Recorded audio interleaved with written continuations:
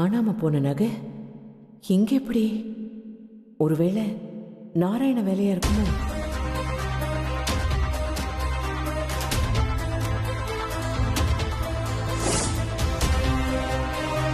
அத்தை, அத ஒரு நிமிஷம் கொடுங்க, பாத்துட்டு தரேன். சூப்பரா இருக்கே இந்த ஹாரம். இந்த நகை சூப்பரா இருக்கு அத்தை. ஆமாக்கா, ஓல்டு ஃபேஷனா இருந்தாலும் டிசைன் சூப்பரா இருக்கு. இது சாமுக்கு ரொம்ப அழகா இருக்கும். ஜெயந்தி, ஒரு நிமிஷம் நகையை கொடுங்கக்கா. இதோட செட்டு நகையெல்லாம் எடுத்துட்டு வாங்களேன், நான் பார்க்கணும். செட்டு எதுவும் இல்லம்மா, இந்த நகை மட்டும்தான். சரி, இந்த நகை எவ்வளவு போகும்னு சொல்லுங்க, நானே வாங்கிக்கிறேன். சாரி மேடம், இது விக்கிறது இல்ல, வேற ஒரு கஸ்டமரோடது. இது எவ்வளவு மதிப்பு போகுன்னு கொடுத்துட்டு போயிருக்காங்கம்மா. இவ்வளவு நாள் நாராயணன் தான் நகையை திருடி வச்சிருக்கான்னு நினைச்சோம். ஆனா இப்ப யாரோ புதுசா இருக்காங்களே.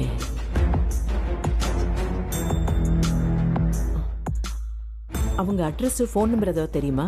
ஃபோன் நம்பர் எதுவும் தெரியாது மேடம், ஆனா அட்ரஸ் கொடுத்துட்டு போயிருக்காங்க. அவங்க பேர் கூட காவியா. யாரு காவியா?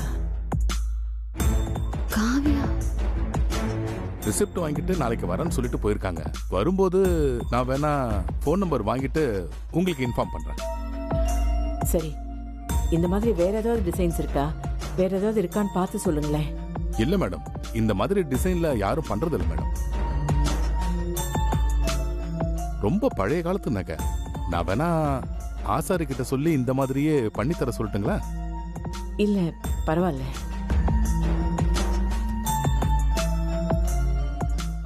பத்மா, நீ நகையெல்லாம் பாத்துக்கிட்டு நான் வந்துடுறேன். வாங்க, கிட்ட போய் பாருங்க. அம்மா ஏன் இவ்ளோ யோசிக்கிறாங்க? என்னாச்சு? அந்த டிசைன் நல்லா இருக்கலக்கா. ஜெயந்தி ரொம்ப நல்லா இருக்கு.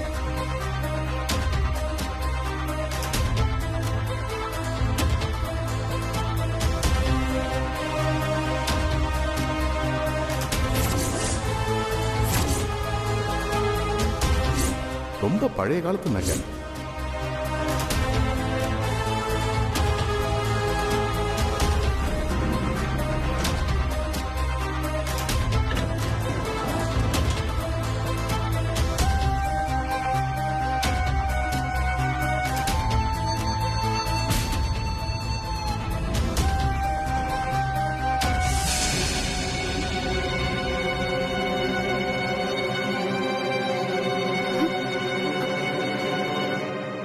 அம்மா, இப்போ லிஃப்ட்ல வந்தது மோகன் தானா?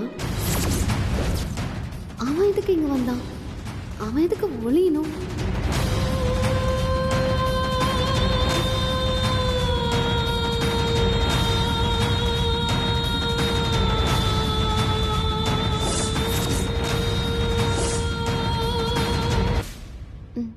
அண்ணி ஒரு நிமிஷம், நான் இப்ப வந்துடுறேன். அந்த கல்லு வச்ச செட்டு கூட ரொம்ப அழகா இருக்கு. டிசைன் சூப்பரா இருக்கு.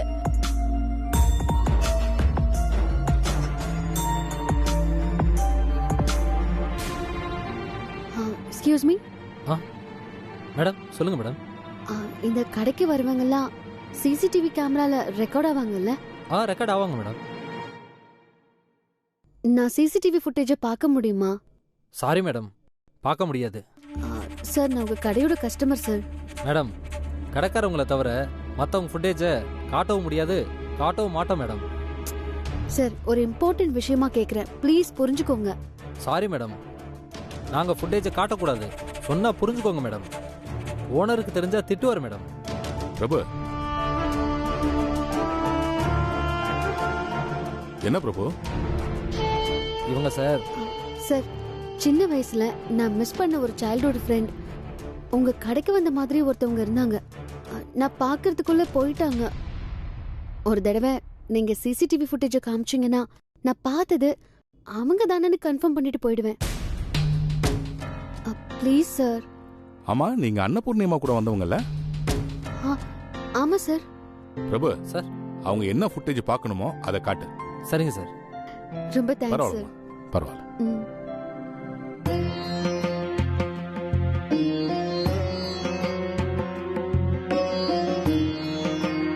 என்னாச்சு அண்ணம்மா? ஏதாவது ப்ராப்ளமா?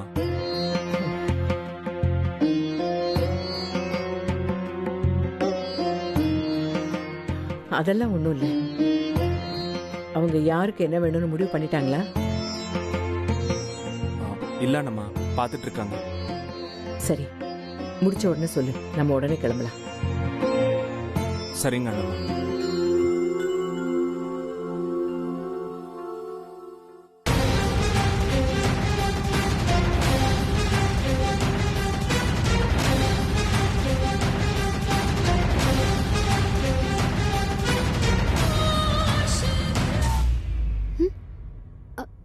என்னங்க பவர் கட் ஆயிடுச்சு? ஆமா மேடம். பேக்கப் ஏதாவது இருக்கா? இருக்கு மேடம், அது கொஞ்சம் ப்ராப்ளமா இருக்கு.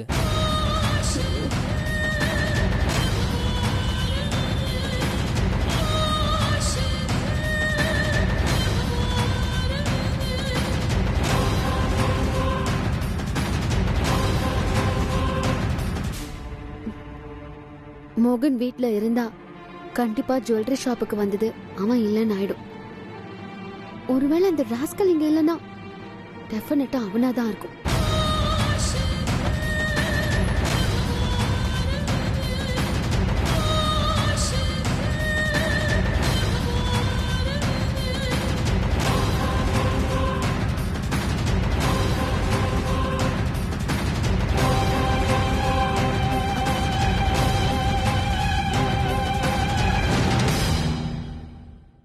எங்கேயும் இல்ல. அவன் தான் அங்க வந்திருக்கான். ஆனா அவன் எதுக்கு ஜுவல்லரி ஷாப்புக்கு வரணும்? எவ்வளவோ யோசிச்சு பார்த்தேன், அது மட்டும் எனக்கு புரியவே மாட்டேங்குது.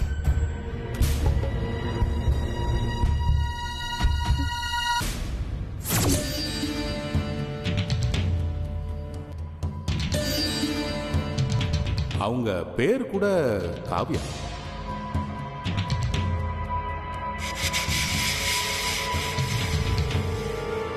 நான் நேராவே விஷயத்துக்கு வரேன். காணாம போனது பரம்பரை நகை மட்டும் தானா, இல்ல எங்க நகையுமா?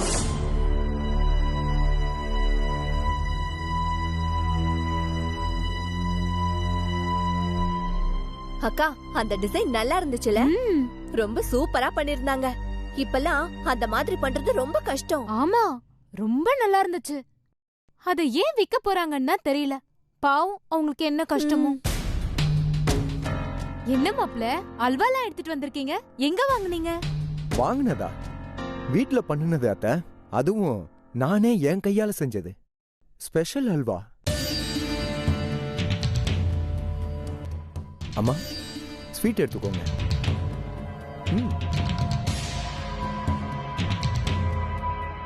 எனக்கு ஸ்வீட் அவ்வளவா பிடிக்காதுப்பா. என்னம்மா, வீட்டுக்கு பெரியவங்க நீங்க. நீங்க ஒரு ஸ்வீட்டாவது எடுத்து சாப்பிட்டாதான் எனக்கு திருப்தியா இருக்கும்.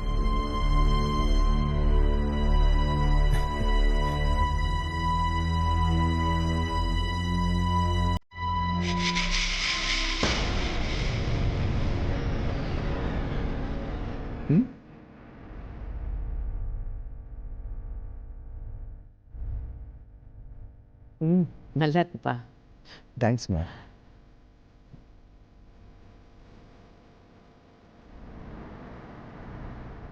மாப்ள, இதுக்கு மேல பொறுத்துக்க முடியாது. இந்தாங்க, எடுத்துக்கோங்க. மாப்ள, தரமா பண்ணிருக்கீங்க.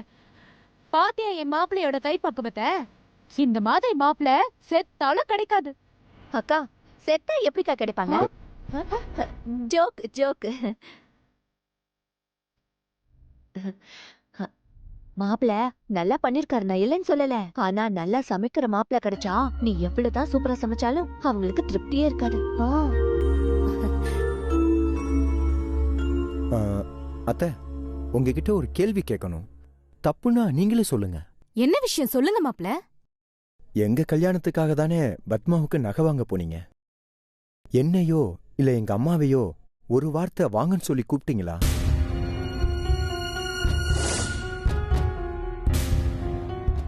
மூச்சுக்கு 300 தடவை மாப்பிள மாப்பிளன்னு சொல்றீங்க. ஆனா உங்களுக்கு கூட இது தோணல அத்தை? எல்லாம் வெறும் வாய் வார்த்தை தான். உங்க பேச்சில் இருக்க அன்பு மரியாதையும் செயல்ல இல்லையே அத்தை. என்ன மாப்பிள்ள இப்படி சொல்லிட்டீங்க? நீங்க தான் எப்பவும் முக்கியம்.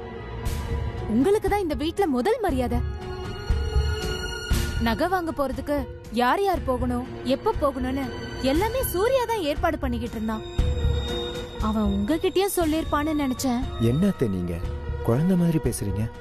உங்களை கேட்டா வேற யாரையோ கையை காட்டுறீங்க. தப்பாயிடுச்சு, சாரி மாப்ள. யாருக்கு பொறுப்பும் அனுபவமும் அதிகமா இருக்கோ அவங்க கிட்ட இந்த பொறுப்பை எங்க அத்தை ஒப்படைச்சிருக்கணும். பொறுப்பே இல்லாதவங்க கிட்ட ஒப்படைச்சா இப்படிதான் நடக்கும். யாருக்கு? என் பையனுக்கு பொறுப்பு இல்லையா? அவனுக்கு பொறுப்பு இருக்கிறதுனாலதான் பர்ச்சேஸ் முடிஞ்ச கையோட லீலாவை பத்திரமா டிராயிங் கிளாஸ்ல கொண்டு போய் விட்டுருக்கான். உங்க புள்ள மாதிரி ஊர் சுத்த போல.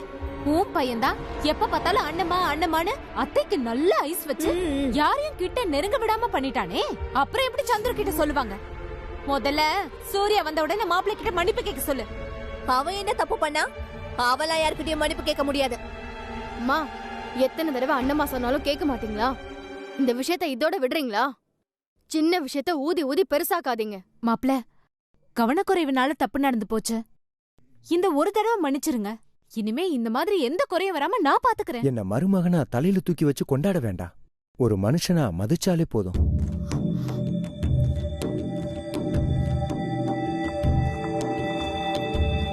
மாப்பிள்ள மனசு எவ்வளவு வேதனைப்பட்டிருந்தா இப்படி சொல்லிருப்பாரு.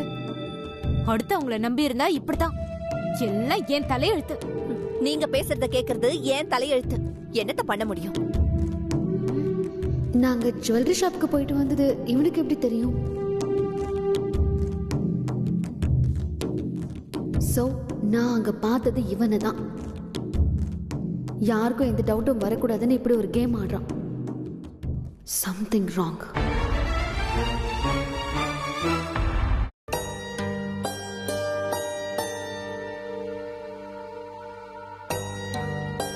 இது உனக்கு சோதனை காலம். யார் ரூபத்தில் எந்த பிரச்சனை வந்தாலும் நீ மனிதத்தன்மையை இழக்க மாட்டேன்னு எனக்கு சத்தியம் பண்ணி கொடு.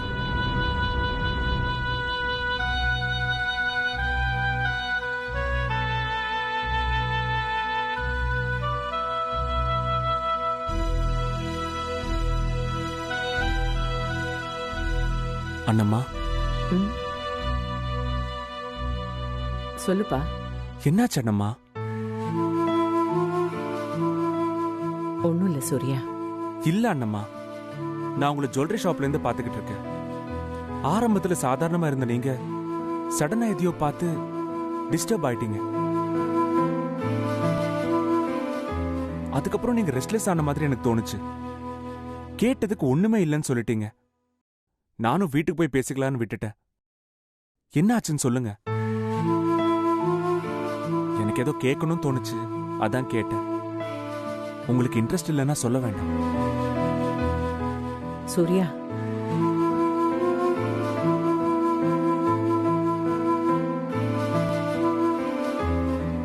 எனக்கு ஒண்ணுன்னா இந்த வீட்ல உன்கிட்ட சொல்லாம வேற யார்கிட்ட சொல்லுவேன்? இன்னைக்கு நான் கடையில பார்த்த ஒரு நகை வீட்ல காணாம போன நம்ம பரம்பரை நகை சூர்யா.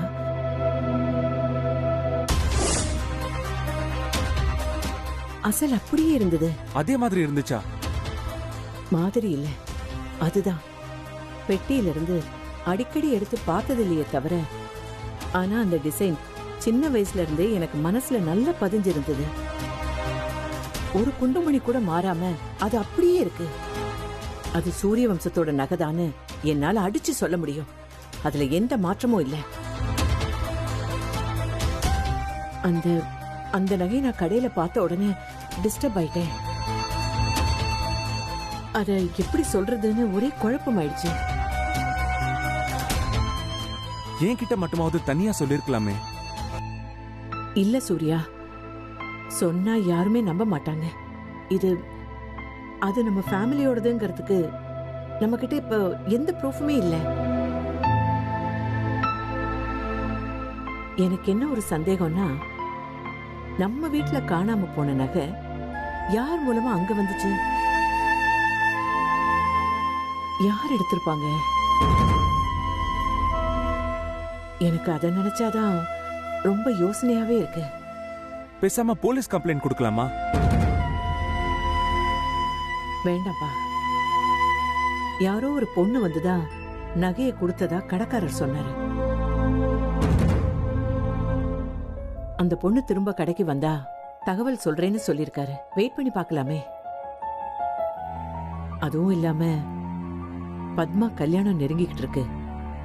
இப்ப போலீஸ் கிட்ட போனா பேப்பர் மீடியான்னு நம்ம குடும்பத்தோட பேர் தான் கெட்டு போகும். அதனால வேண்டாம். சரிங்க அண்ணம்மா.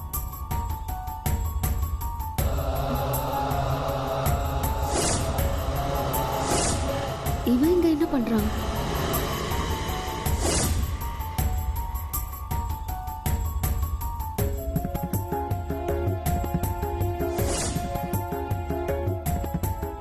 பிரதர்,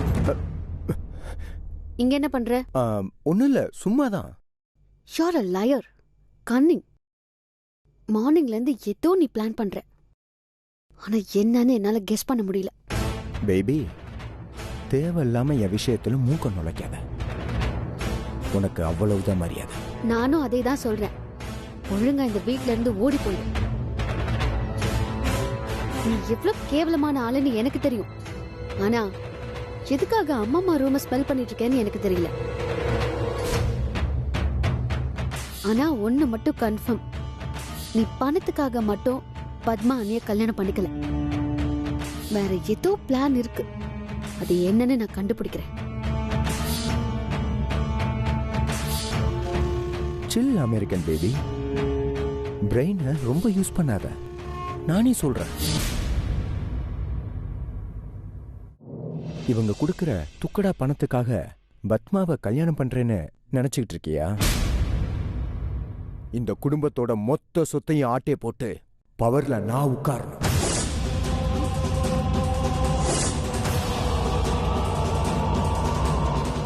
பத்மா கழுத்துல என்னைக்கு தாலி கட்டறனோ அன்னைக்கு இருக்கு இந்த மொத்த குடும்பத்துக்கும். அப்படியா? நீயே உண்மையை ஒத்துக்கிட்டல, ரொம்ப தேங்க்ஸ். இது இப்படியே போய் எங்க அம்மா கிட்ட சொன்னா என்ன ஆகும் தெரியுமா? போய் சொல்ல வேண்டியதானே? என்ன அமெரிக்கன் மேடம், ஏன் இன்னும் நின்னுட்டு இருக்கீங்க? போய் சொல்லுங்க மேடம். இத போய் சொன்னா உன்னதான் லூசுன்னு சொல்லுவாங்க.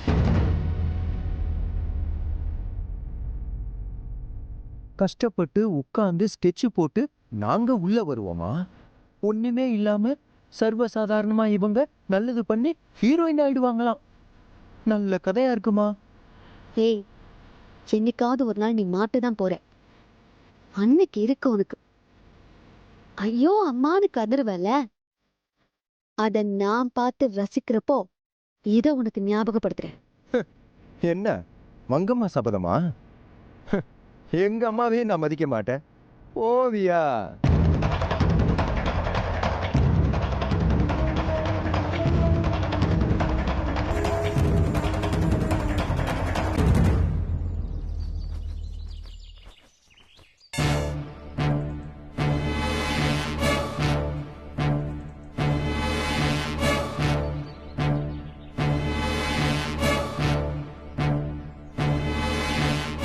இவன் ஒரிஜினல் டிரைவராகவே மாறிட்டான் போல.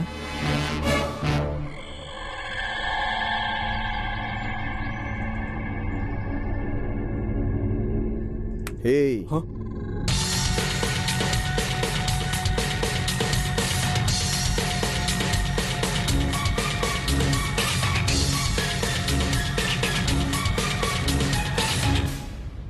எனக்கு தெரியும் அமெரிக்கன் பேபி, நான் இங்க வந்தா நீ என்ன ஃபாலோ பண்ணி வருவேன்னு.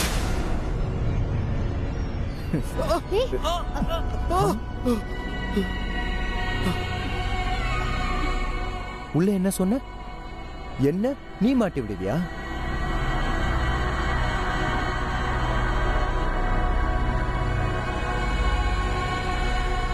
இவன் தாடியை பிச்சு உள்ள கொண்டு போய் நிறுத்தினு வையே, அவ்வளவுதான்.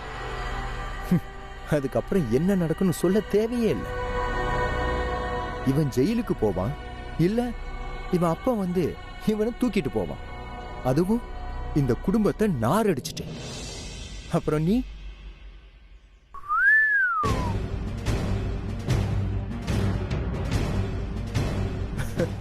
அப்புறம் பத்மாவை கல்யாணம் பண்றது எனக்கு ரொம்ப ஈஸி தான். இந்த மிரட்டுற வேலைலாம் என்கிட்ட வேண்டாம். எனக்கு பத்மானியோட லைஃப் தான் முக்கியம்.